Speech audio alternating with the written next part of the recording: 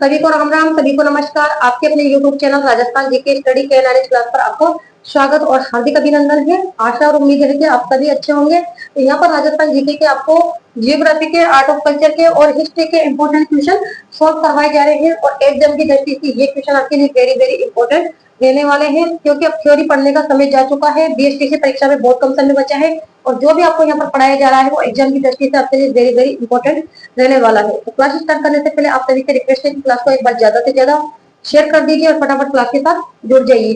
तो देख लेते हैं आज का पहला क्वेश्चन। क्या पूछा गया है कि राजस्थान के किस मुख्यमंत्री ने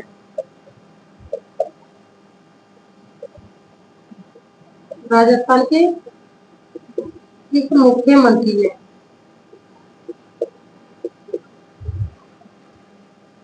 संभागीय व्यवस्था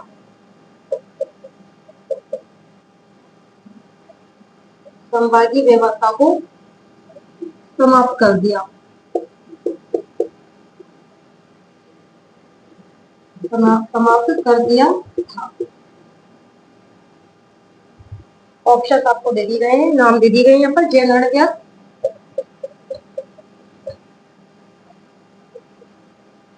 बी ऑप्शन में आपको दिया गया है जगन्नाथ पहाड़िया,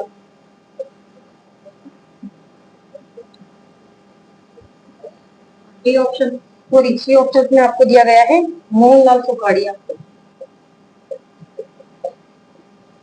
मोहनलाल सुखाड़िया और डी ऑप्शन में आपको यहाँ दिया गया है भैरव सिंह शेखावत।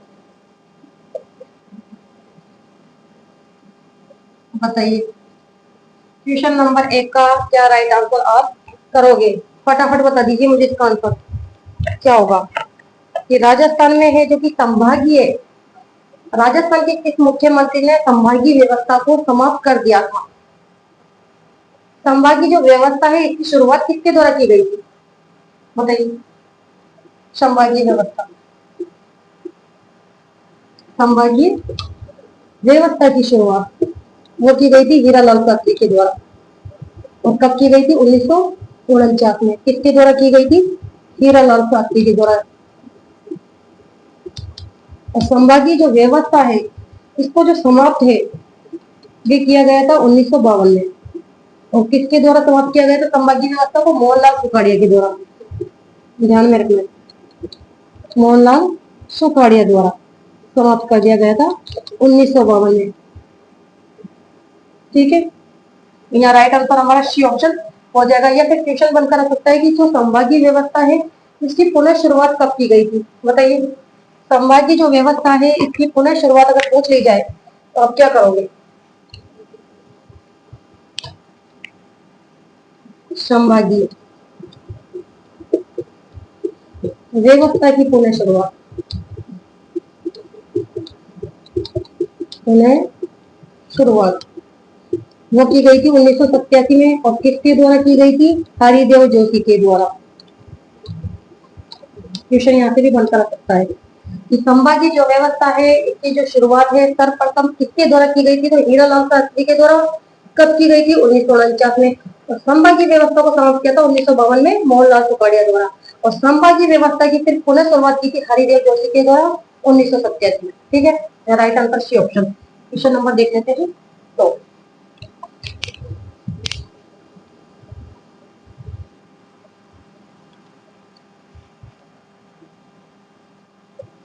क्या पूछा गया है कि झाड़साई सिक्के, झाड़साई सिक्के किस रियासत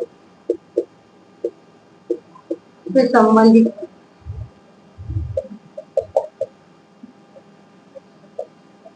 ऑप्शन जयपुर, जोधपुर, छह ऑप्शन में आपको दिया गया है जैसलमेर, डी ऑप्शन में आपको दे दिया गया है बीकानेर। बताइए क्या कहोगे क्वेश्चन नंबर 2 का राइट आंसर। कि झाड़साई सिक्के किस रियासत से संबंधित है? झाड़साई सिक्कों का संबंध कौन सी रियासत से है? जयपुर रियासत। यह राइट आंसर ए ऑप्शन। ठीक है, झाड़साई सिक्कों का संबंध है जयपुर रियासत। इसके अलावा जोधपुर, अगर क्वेश्चन बनकर आ जाए कि जोधपुर रियासत का संबंध कौन से सिक्कों से है, तो उस सिक्के का नाम बताइए मुझे। विजयशाही। विजयशाही जो सिक्के हैं ये है जोधपुर रियासत, ठीक है। और जैसलमेर में अक्केशाही सिक्के। क्वेश्चन बनकर आ सकता है कि अक्केशाही सिक्के या डोडिया सिक्के ये कौन सी रियासत के सिक्के हैं, तो जैसलमेर रियासत के सिक्के हैं। इसके अलावा बीकानेर, बीकानेर का संबंध है गजशाही सिक्के से। क्वेश्चन बनकर आ सकता है कि गजशाही सिक्के किस रियासत से संबंधित है, तो बीकानेर रियासत से। या फिर पूछा जा सकता है तमचाशाही सिक्का। जो यहाँ पर आपको एक्स्ट्रा थ्योरी लिखाई जा रही है वो एग्जाम की दृष्टि से वेरी वेरी इंपॉर्टेंट है, ठीक है। वही आपको यहाँ लिखाई जा रही है। तमचाशाही जो सिक्के का संबंध है जोधपुर रियासत से। क्वेश्चन जहाँ से बनकर आ सकता है वही थ्योरी करवाई जा रही है आपको, ठीक है। या फिर पूछा जा सकता है माणकशाही सिक्का, और यही माणकशाही सिक्का है करौली। या फिर क्वेश्चन बनकर आ सकता है घुमानशाही सिक्का, यह है कोटा। या फिर आ सकता है शुरूशाही सिक्का, शुरूशाही सिक्का या ढेंगना सिक्का। इसका संबंध कौन सी रियासत से है, तो उदयपुर, मेवाड़ रियासत से, ठीक है। यहाँ से क्वेश्चन बनकर आ सकता है, very very important. Question number देख लेते हैं, दो का right answer A option.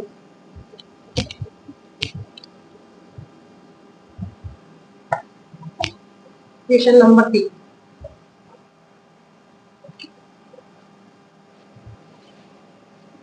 Mewar के अरावली क्षेत्र, मेवाड़ के अरावली क्षेत्र, क्षेत्र की भील जाति का लोक नृत्य है, सॉरी, भील जाति का लोक नृत्य है। ऑप्शन क्या पूछा गया है कि मेवाड़ के अरावली क्षेत्र की भील जाति का लोक नृत्य है, ठीक है। ऑप्शन यहाँ पर आपको दे दिए गए हैं वालर, बी ऑप्शन में आपको दे दिया गया है गौरी, सी ऑप्शन में आपको दे दिया गया है रम्मत, और डी ऑप्शन में आपको दिया गया है भवाई। बताइए क्वेश्चन नंबर 3 कि मेवाड़ के अरावली क्षेत्र की भील जाति का लोक नृत्य है, तो आप सभी जानते हैं भीलों के द्वारा कौन सा नृत्य किया जाता है, 4 ऑप्शन दे दिए गए हैं। बताइए क्वेश्चन नंबर 3 कौन सा नृत्य किया जाता है, गवरी, या राइट आंसर बी ऑप्शन। जो गवरी नृत्य है भीलों के द्वारा किया जाता है, भील द्वारा, ठीक है, भील द्वारा किया जाता है। जबकि वाला जो नृत्य है गरासिया जनजाति के द्वारा किया जाने वाला नृत्य है। और जो रम्मत है, रम्मत क्या है, लोक नाट्य है। रम्मत का संबंध कौन से क्षेत्र से है, क्वेश्चन बनकर आ जाए कि रम्मत का संबंध कौन से जिलों से है, तो जैसलमेर और बीकानेर, ठीक है। और जो रम्मत है इसके जो प्रवर्तक है वो कौन है, बताइए आप मुझे। रम्मत के प्रवर्तक अगर आपसे पूछ ले जाए कि रम्मत के प्रवर्तक है तो कौन है, तेज कवि। तेज कवि के द्वारा कौन सी रचना की गई थी, स्वतंत्र बावनी। क्वेश्चन बनकर आ सकता है कि स्वतंत्र बावनी किसकी रचना है, तो तेज कवि की, ठीक है। इसके अलावा जो भवाई नृत्य है भवाई जनजाति के द्वारा किया जाता है, भवाई जनजाति द्वारा किया जाने वाला नृत्य है। राइट आंसर हमारा बी ऑप्शन हो जाएगा कि भील जाति के द्वारा किए जाने वाला लोक नृत्य है, तो वह है गौरी नृत्य, ठीक है। क्वेश्चन नंबर देखते हैं क्या।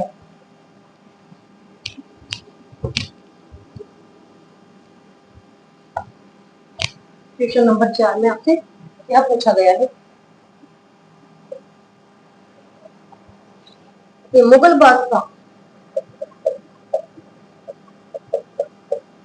बादशाह अकबर, अकबर ने आमेर की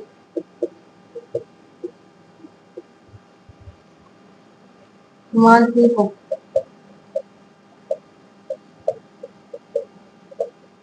बिहार का सूबेदार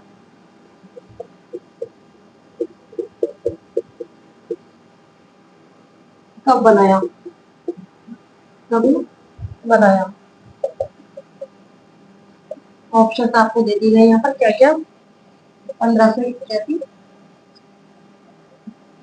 1585, छह ऑप्शन में आपको दिया गया है 1583, डी ऑप्शन में आपको दिया गया है 1587। बताइए क्या करोगे कि मुगल बादशाह अकबर ने आमेर के मानसिंह को बिहार का सूबेदार कब बनाया था, कौन से सन में बनाया था। ये भी विगत परीक्षा में पूछा गया क्वेश्चन है। Very very most important question है ये। तो बताइए क्वेश्चन नंबर 4 का राइट आंसर। बिहार का सूबेदार ये बनाया था 1587 ईस्वी में। ठीक है, या फिर क्वेश्चन बनकर आ सकता है, या तो राइट आंसर हमारा डी ऑप्शन हो जाएगा, या फिर क्वेश्चन बनकर आ सकता है कि काबुल का सूबेदार, काबुल का सूबेदार किसको बनाया था, मानसिंह प्रथम को। ठीक है, और कब बनाया गया था, तो 1585 में। ठीक है, या फिर पूछा पूछा जा सकता है कि बंगाल का सूबेदार, बंगाल का सूबेदार अकबर के द्वारा मानसिंह प्रथम को कब बनाया गया था, तो कब बनाया गया था, 1594 ईस्वी। ठीक है, यहाँ से क्वेश्चन बनकर आ सकते हैं। 3 क्वेश्चनों का निर्माण हो रहा है यहाँ पर कि बिहार का सूबेदार कब बनाया गया था, तो 1587 में, या फिर काबुल का सूबेदार बनाया गया था 1585 में, या फिर बंगाल का सूबेदार बनाया गया था अकबर द्वारा मानसिंह प्रथम को कब बनाया गया था, 1594 में। ठीक है, यहाँ right answer D option. Question number देख लेते हैं 5।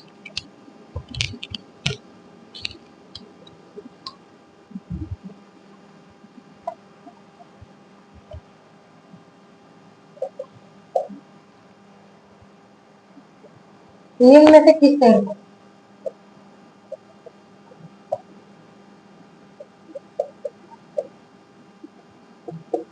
निम्न में से किस शहर को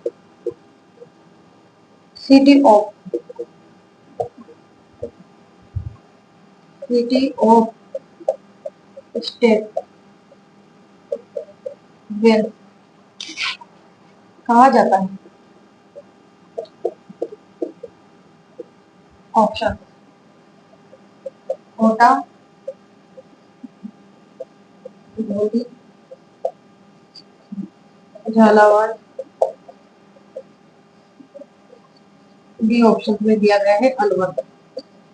बताइए क्या करोगे कि निम्न में से किस शहर को सिटी ऑफ स्टेट वेल्थ कहा जाता है, यानी बावड़ियों का शहर किसको कहा जाता है, कौन से जिले को कहा जाता है।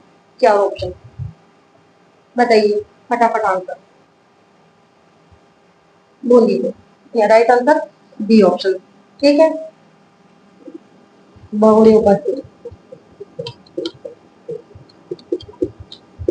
बावड़ियों का शहर कहा जाता है बूंदी जिले को, या फिर क्वेश्चन बनकर आ जाए। ठीक है, बावड़ियों का शहर कहते हैं बूंदी को, और बावड़ियों का सिरमौर किसे कहते हैं, दोनों में काफी अंतर है। बावड़ियों का सिरमौर तो वो कहते हैं रानी जी की बावड़ी, रानी जी की बावड़ी को कहा जाता है। और जो ये रानी जी की बावड़ी है, इसका निर्माण किसके द्वारा करवाया गया था, अनिरुद्ध की पत्नी नाथावती के द्वारा 1699 में। ठीक है, तो बावड़ियों का सिरमौर तो कहा जाता है रानी जी की बावड़ी को, और बावड़ियों का शहर कहा जाता है तो बूंदी को। ठीक है, कोटा को तो क्या कहा जाता है, राजस्थान की औद्योगिक नगरी, औद्योगिक नगर। ठीक है, या फिर शिक्षा नगरी, शिक्षा नगरी, या फिर कोटा को कहा जाता है इंद्रप्रस्थ नगर। ठीक है, इसके अलावा झालावाड़, झालावाड़ को क्या कहा जाता है, तो राजस्थान का नागपुर, राजस्थान का नागपुर। और क्यों कहा जाता है, क्योंकि झालावाड़ में सर्वाधिक है जो कि संतरों का उत्पादन होता है। अलवर, अलवर कहलाता है राजस्थान का स्कॉटलैंड, राजस्थान का स्कॉटलैंड। ठीक है, Alwar, right answer B option. ठीक है, क्वेश्चन नंबर देखते हैं 6।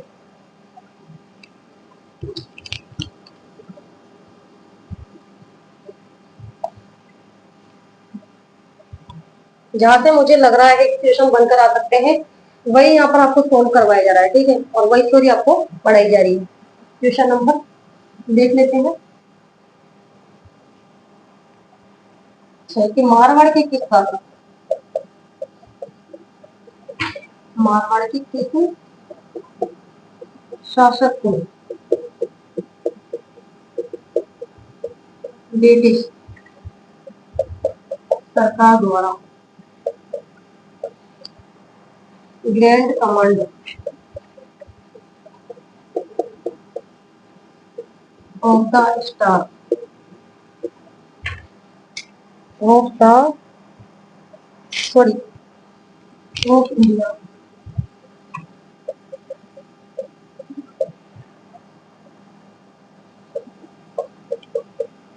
उपाधि से नवाजा गया है।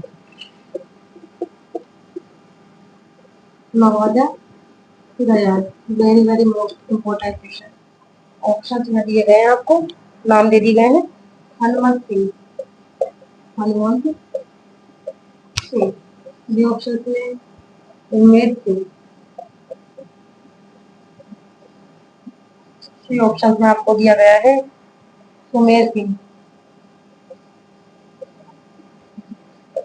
डी ऑप्शन में आपको दिया गया है जसवंत सिंह देखिए। हाँ तो भाई बताइए क्या करोगे इसका राइट आंसर। कि मारवाड़ के किस शासक को ब्रिटिश सरकार द्वारा grand commander of the India की उपाधि से नवाजा गया है। बताइए मारवाड़ का कौन सा शासक है जिसे grand commander of the India की उपाधि से नवाजा गया है। तो वो है जसवंत सिंह द्वितीय। ठीक है, राइट आंसर हमारा डी ऑप्शन हो जाएगा। और जो ये जसवंत सिंह द्वितीय है इनकी जो पासवान था उसका क्या नाम था, नन्ही जान। और ये नन्ही जान वही है जिन्होंने स्वामी दयानंद सरस्वती को क्योंकि दूध में कांच पीसकर मिलाकर पिलाया था। ठीक है, क्वेश्चन बनकर आ सकता है कि जो जसवंत सिंह द्वितीय है उसकी पासवान का क्या नाम है। क्वेश्चन बनकर सकता है कि जसवंत सिंह द्वितीय की पासवान का क्या नाम है, निम्न में से। नन्ही जान। और ये नन्ही जान वही है जिन्होंने स्वामी दयानंद सरस्वती को दूध में ही कांच पीस कर पिला दिया था। ठीक है, question number 7।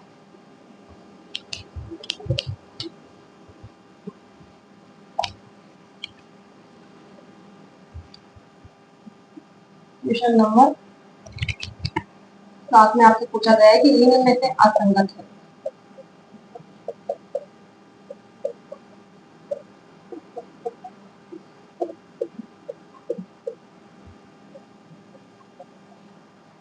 Option Mewar,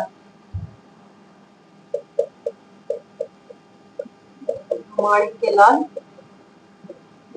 Verma.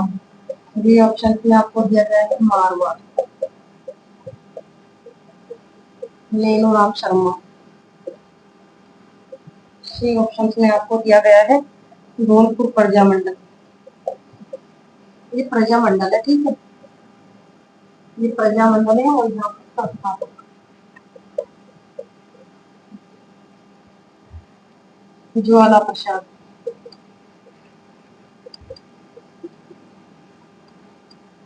जिज्ञासु। बी ऑप्शन में आपको दिया गया है जयपुर प्रजामंडल, कपूर चंद पाटिल। बताइए क्या करोगे। क्वेश्चन नंबर 7 का राइट आंसर कि निम्न में से असंगत है। 4 ऑप्शन थे, यहाँ पर असंगत पूछा गया है। ये प्रजामंडल है और यहाँ पर दे दिया गया है संस्थापक। तो जो मेवाड़ प्रजामंडल है इसकी स्थापना कब हुई थी, 1938 में। और किसके द्वारा की गई थी, इसका जो संस्थापक था वो कौन था, माणिक्यलाल वर्मा। ये वाला ऑप्शन तो बिल्कुल सही है। मारवाड़ जो प्रजामंडल है इसकी स्थापना 1934 में की गई थी और इसका संस्थापक था जयनारायण व्यास। यहाँ पर लेनो ऑप्शन दे रखा है, यहाँ पर कट हो गया। ठीक है, अब निम्न में से असंगति पूछा गया है, राइट आंसर हमारा बी ऑप्शन हो जाएगा।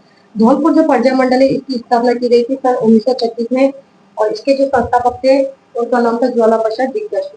जयपुर जो प्रजामंडल है इसकी स्थापना की गई थी सन 1931 में।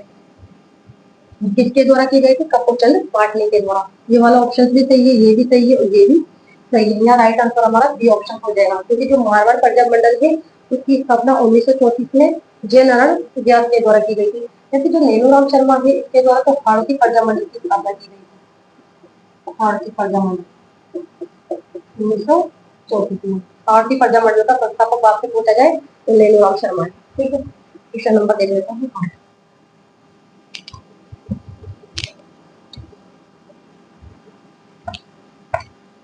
आपको ध्यान में रखना है कि जो प्रजामंडल है उसकी स्थापना कब हुई है, वो उसके संस्थापक, यहाँ से क्वेश्चन जरूर बनकर आ सकता है। या तो पूछा जा सकता है कि इस प्रजामंडल की स्थापना कब की गई है, या फिर पूछा जा सकता है कि इस प्रजामंडल का संस्थापक कौन है। ठीक है,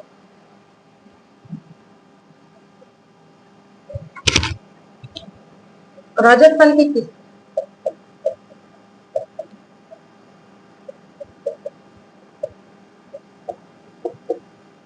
पुरातात्विक स्थल अपोलोडोर का सिक्का।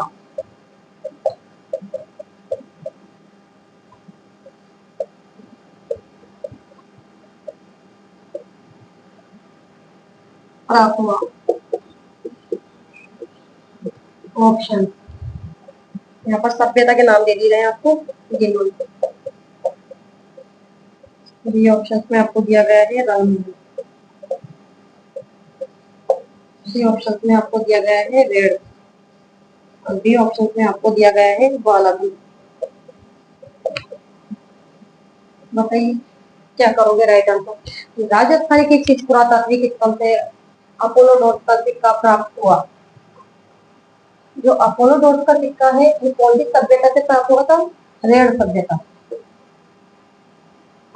रेड सभ्यता। और ये रेड सभ्यता है ये कहाँ पर है, कौन से जिले में, मुझे बताइए। तो कौन सी नदी पर है ये रेड सभ्यता, तो ढील नदी पर। क्वेश्चन बन कर सकता है कि रेड सभ्यता किस नदी पर बच रही है, तो ढील नदी। तो फिर जो रेड सभ्यता है इसकी जो खोज है ये किसके द्वारा की गई थी और कब की गई थी, तो 1938 में केदारनाथ पुरी, केदारनाथ पुरी के द्वारा की गई थी। और यहाँ पे है जो कि यूनानी सिक्के, यूनानी सिक्के और चांदी के सिक्के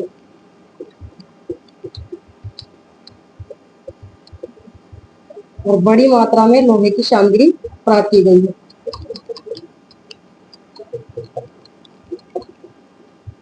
बड़ी मात्रा में लोहे की सामग्री यहाँ से प्राप्त की गई है रेड सभ्यता से। ठीक है, यहाँ पर राइट आंसर हमारा सी ऑप्शन हो जाएगा कि राजस्थान के किस पुरातात्विक स्थल से अपोलोडोर का सिक्का प्राप्त है, और रेड सभ्यता से। जो गिलोट सभ्यता है ये कहाँ पर है, राजसमंद में, और कौन सी नदी पर है, तो बनास नदी पर। ठीक है, यहाँ लिख दीजिए। गिलोट सभ्यता है राजसमंद जिले में, और किस नदी पर है गिलोट सभ्यता, तो ये है बनास नदी पर। ध्यान रखना, बनास नदी पर। ठीक है, रंगमहल जो सभ्यता है आप सभी जानते हैं हनुमानगढ़ जिले में, और कौन सी नदी पर है, तो गग्गर नदी पर। और जो कालीबंगा सभ्यता है ये भी हनुमानगढ़ जिले में है और गग्गर नदी पर है। ठीक है, बालाथल जो सभ्यता है ये है वल्लभ नगर, उदयपुर। और कौन सी नदी पर है ये सभ्यता, बेड़क नदी पर। ठीक है, एग्जाम की दृष्टि से वेरी वेरी मोस्ट इंपॉर्टेंट रहने वाले हैं ये सारे क्वेश्चन आपके लिए। या राइट आंसर सी ऑप्शन को देगा। देख लेते हैं क्वेश्चन नंबर 9।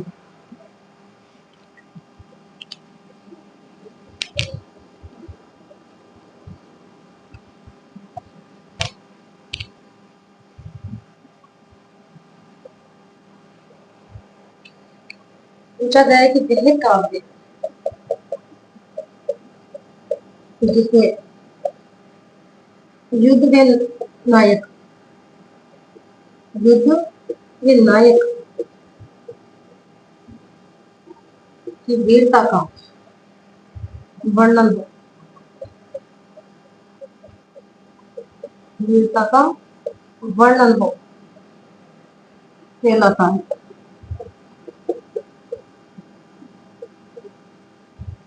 ऑप्शन आपको दे दिए गए हैं दवावेद, बी ऑप्शन में आपको दिया गया है वेली, सी ऑप्शन में आपको यहाँ दिया गया है वचनिका, और डी ऑप्शन में आपको दिया गया है राशो। बताइए क्या करोगे राइटर को। कि वे काव्य जिसमें युद्ध व नायक की वीरता का वर्णन हो कहलाता है, जिसमें युद्ध और राज्य की वीरता और राजा की वीरता का वर्णन होता है उसे क्या कहा जाता है, राशो। या राइट आंसर हमारा डी ऑप्शन।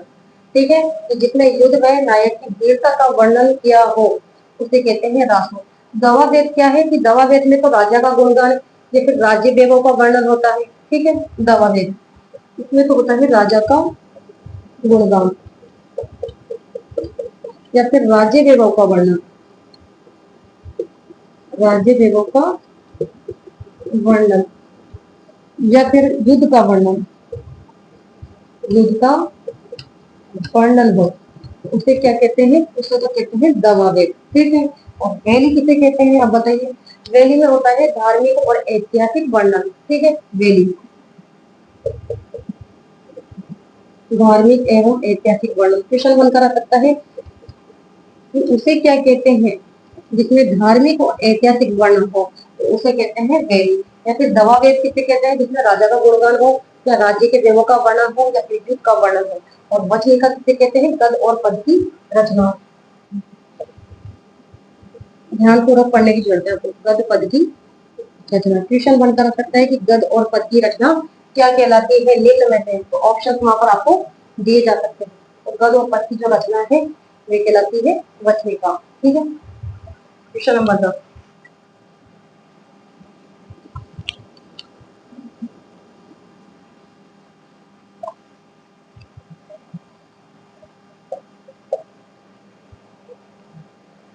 मंदाकिनी कुंड स्थित है?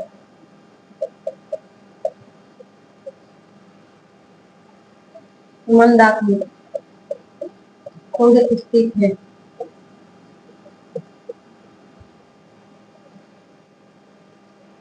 यहाँ पर किलों के नाम दिए गए, जयगढ़ किले में, या फिर अचलगढ़।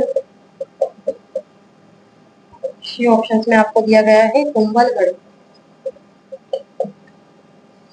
बी ऑप्शन में आपको दिया गया है जूनागढ़। पहले तो ये बताइए जो मंदाकिनी कुंड है वे राजस्थान के कौन से जिले में स्थित है? मंदाकिनी कुंड यहाँ पर किलों के नाम दे दिए गए हैं। सिंपल सी बात है, आपको ध्यान में रखना है जो मंदाकिनी कुंड है वो कहाँ पर है? मंदाकिनी, वहां से ध्यान रखना है माउंट आबू सिरोही। मंदाकिनी जो कुंड है माउंट आबू सिरोही जिले में। ठीक है। और सिरोही जिले में आपको पता है कौन सा किला है? तो अचलगढ़ का किला। और जो ये अचलगढ़ का किला है इसका जो निर्माण है किसके द्वारा करवाया गया था? महाराणा कुंभा। ठीक है। तो अब अच्छी तरह से याद रखो उसको, जो मंदाकिनी कुंड है वो कहाँ पर है? माउंट आबू सिरोही में स्थित है। यानी माउंट आबू सिरोही में कौन सा किला है? सिंपल सी बात है, अचलगढ़ का किला है। ठीक है। और अचलगढ़ के किले का निर्माण करवाया था महाराणा कुंभा के द्वारा। जयगढ़ का किला तो कहाँ पर है? जयपुर में स्थित है। और जयगढ़ किले का जो निर्माण है, प्रारंभिक जो निर्माण वो करवाया था मानसिंह प्रथम ने। मानसिंह प्रथम ने। और इसका जो पूरा निर्माण है, जयगढ़ किले का पूर्ण निर्माण वो करवाया था मिर्जा राजा जयसिंह ने। मिर्जा राजा जयसिंह द्वारा। ठीक है। सबसे पहले जो नींव रखी थी वो मानसिंह प्रथम ने रखी थी जयगढ़ किले की। और पूरा इसको करवाया था मिर्जा राजा जयसिंह ने। इसके अलावा जो कुंभलगढ़ दुर्ग है राजसमंद जिले में। और कुंभलगढ़ जो दुर्ग का जो प्रारंभिक निर्माण करता है, प्रारंभिक निर्माण करता वो है संप्रति मौर्य। संप्रति मौर्य। और फिर पुनः निर्माण करवाया था इसको महाराणा कुंभा ने। पुनः निर्माण महाराणा कुंभा। ठीक है। इसके अलावा जूनागढ़ किला बीकानेर जिले में है। और जूनागढ़ किले का निर्माण करवाया था राय सिंह ने। और इसे जमीन का जेवर दुर्ग भी कहा जाता है। ठीक है। तो महाराणा कुंभा के द्वारा कुंभलगढ़ दुर्ग या अचलगढ़ दुर्ग, इन दुर्गों का निर्माण करवाया। ठीक है। यानी 84 दुर्गों में से महाराणा कुंभा ने 32 दुर्गों का निर्माण करवाया था। क्वेश्चन नंबर देख लेते हैं नेक्स्ट 11।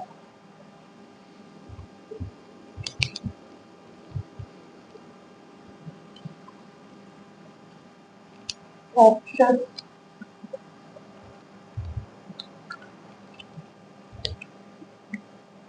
क्वेश्चन नंबर यहाँ पर 11, मध्य पूर्वी राजस्थानी किन बोलियों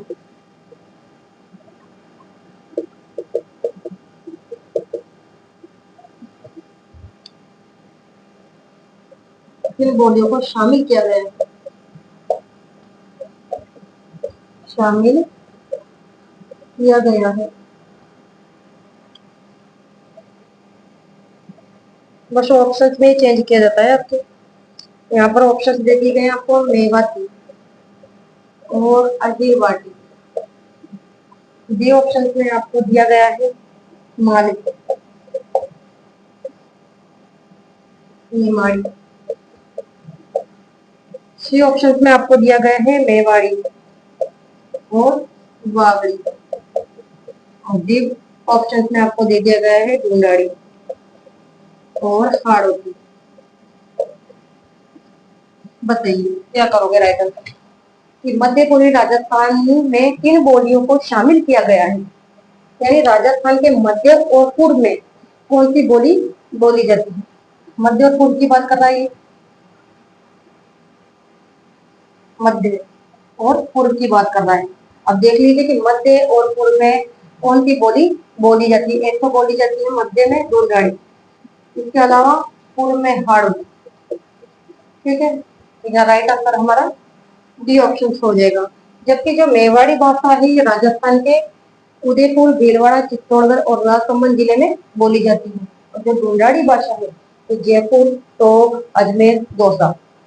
हाड़ौती जो भाषा है ये राजस्थान के दक्षिणी पूर्वी क्षेत्र में बोली जाती है, जैसे कोटा, बूंदी, बारा, झालावाड़। ठीक है, मालवी जो भाषा है दक्षिण राजस्थान में, और जो निमाड़ी भाषा है ये भी दक्षिण राजस्थान में बोली जाने वाली बोली है।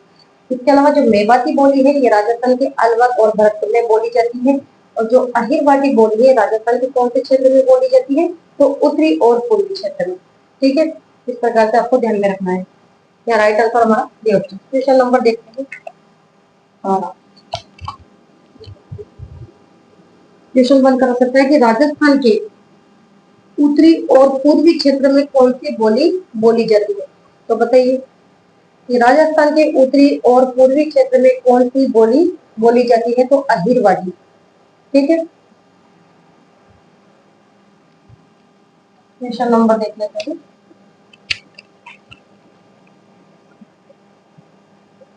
12, आशापुरा माता के मंदिर का निर्माण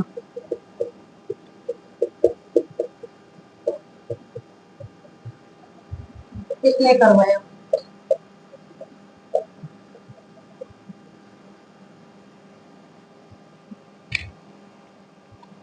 ऑप्शन पृथ्वीराज प्रथम।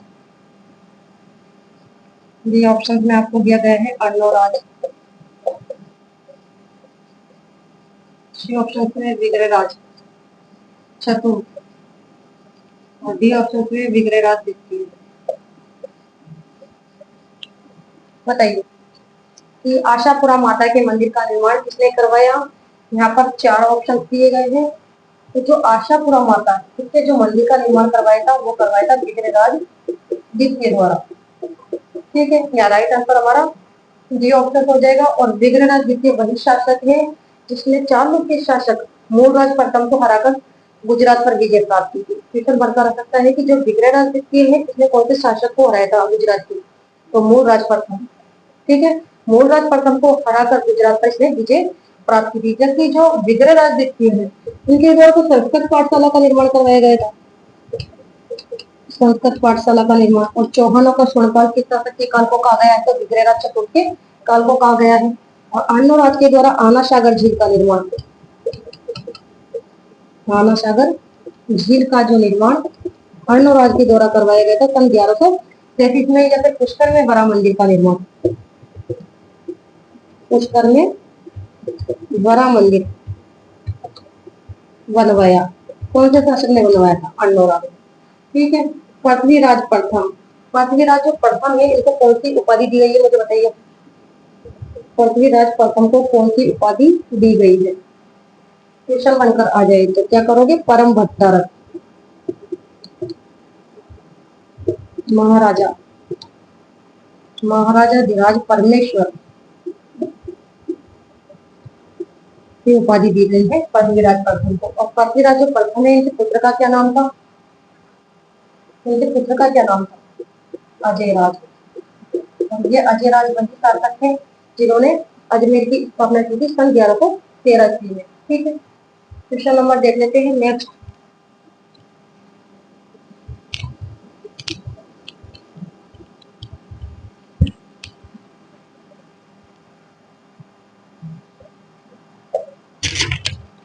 कि हल्दी घाटी के युद्ध को खमनोर का युद्ध किस शासक ने कहा? हल्दी घाटी के युद्ध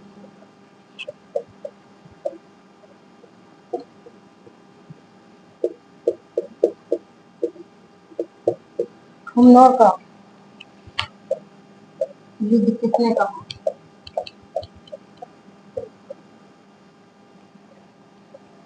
ऑप्शन बंदा या फिर अबुल फजल। अबुल फजल या कर्नल जेम्स टोड,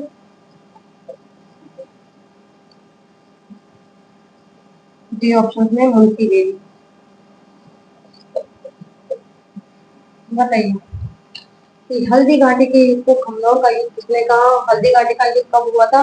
तो 18 जून 1576 को। ठीक है, महाराणा प्रताप और अकबर की सेना के बीच में हुआ था हल्दी घाटी का युद्ध। और हल्दी घाटी के युद्ध को खमनोर का युद्ध कौन से विद्वान ने कहा था?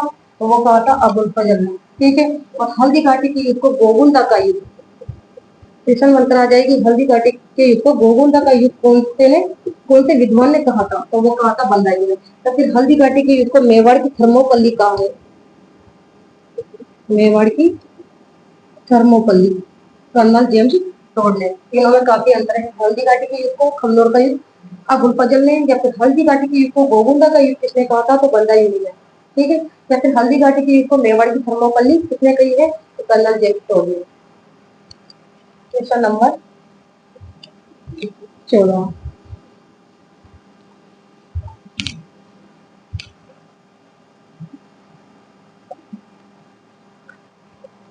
क्या पूछा गया है कि राजस्थान में ब्लू कोट,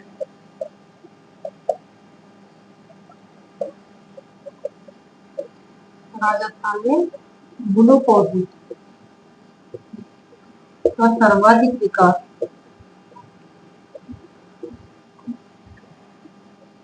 सर्वाधिक विकास किसके समय हुआ?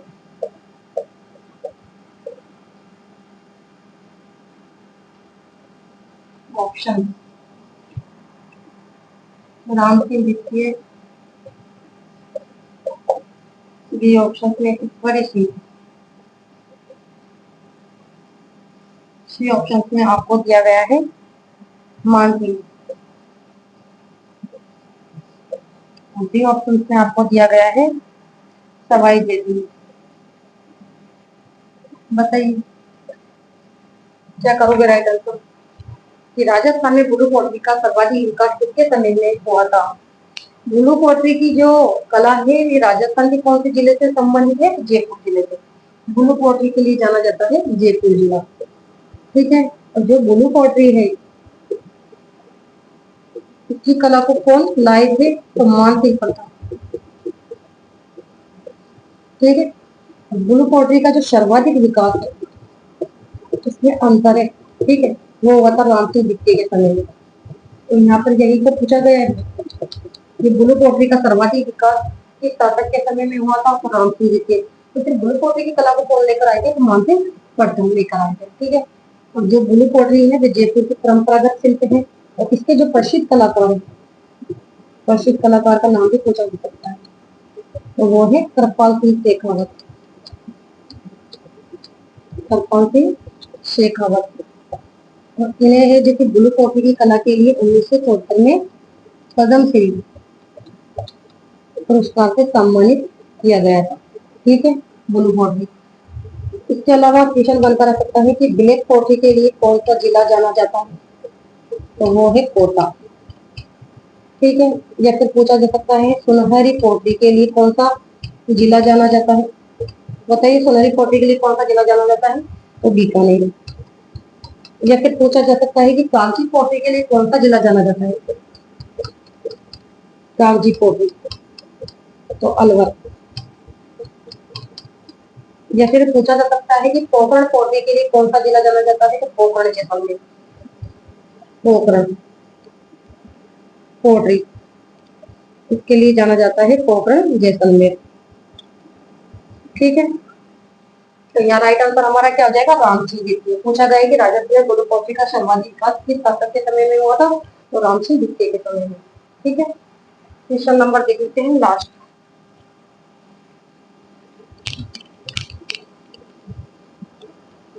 जयपुर का परंपरागत चिन्ह है ब्लू पोर्ट्रेट। ठीक है, क्वेश्चन नंबर 15 कि बीकानेर के किस शासक थे? बीकानेर के किस शासक थे? माही, बराती,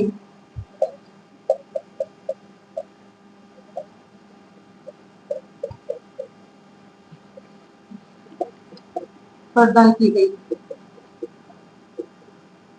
प्रदान की गई। ऑप्शंस राय सिंह, लोणकरण,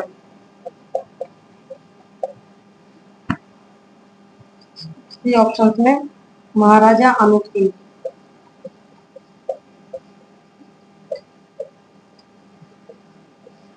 और डी ऑप्शन में आपको दे दिया गया है महाराजा कर्ण सिंह। महाराजा कर्ण सिंह, बताइए क्या करोगे? बीकानेर के किस शासक को माही भराती की उपाधि प्रदान की गई थी? तो जो माही भराती की उपाधि है वे दी गई थी अनूप सिंह को। ठीक है, और बीकानेर में चित्रकला का स्वर्णकाल भी इनके काल को भी कहा जाता है। किसके काल को? अनूप सिंह के काल को। क्वेश्चन बन कर सकता है कि बीकानेर में चित्रकला का स्वर्णकाल था। बीकानेर में चित्रकला का स्वर्ण काल किस शासक के काल को कहा गया है?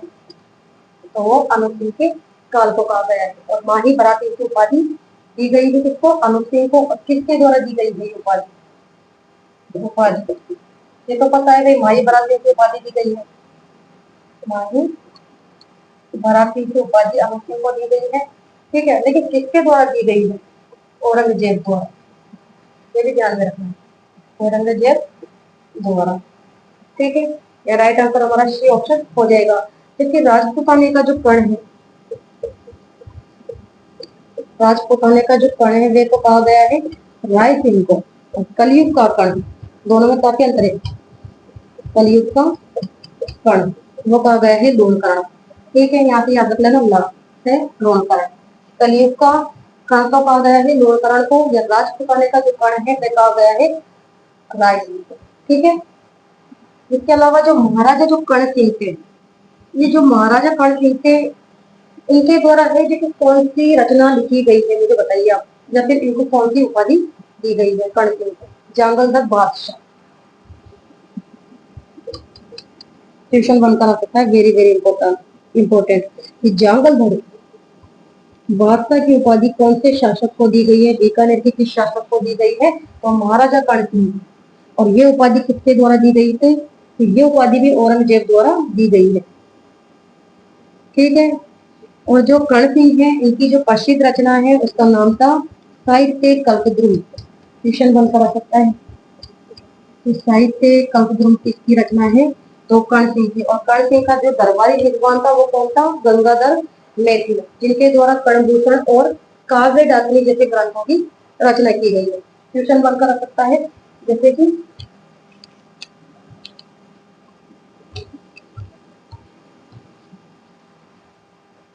क्वेश्चन जैसे बनकर आ जाए, काव्य डाकनी या फिर कर्णभूषण, इसकी जो रचना है, इन दोनों की जो रचना है वो किसके द्वारा की गई है? तो गंगाधर मैथिल के द्वारा इन दोनों की रचना की गई है। और ये गंगाधर मैथिल कौन है? ये कर्ण सिंह का दरबारी विद्वान। ठीक है, इस प्रकार से छोटी छोटी चीजों को आप ध्यान में रखा करो। ये कर्ण सिंह का दरबारी विद्वान था। तो आज के क्वेश्चन हमने सॉल्व कर लिए हैं, और एग्जाम की दृष्टि से ये क्वेश्चन आपके लिए वेरी वेरी मोस्ट इंपोर्टेंट रहने वाले हैं। तो आज की क्लास को मैं यहाँ पर समाप्त करती हूँ।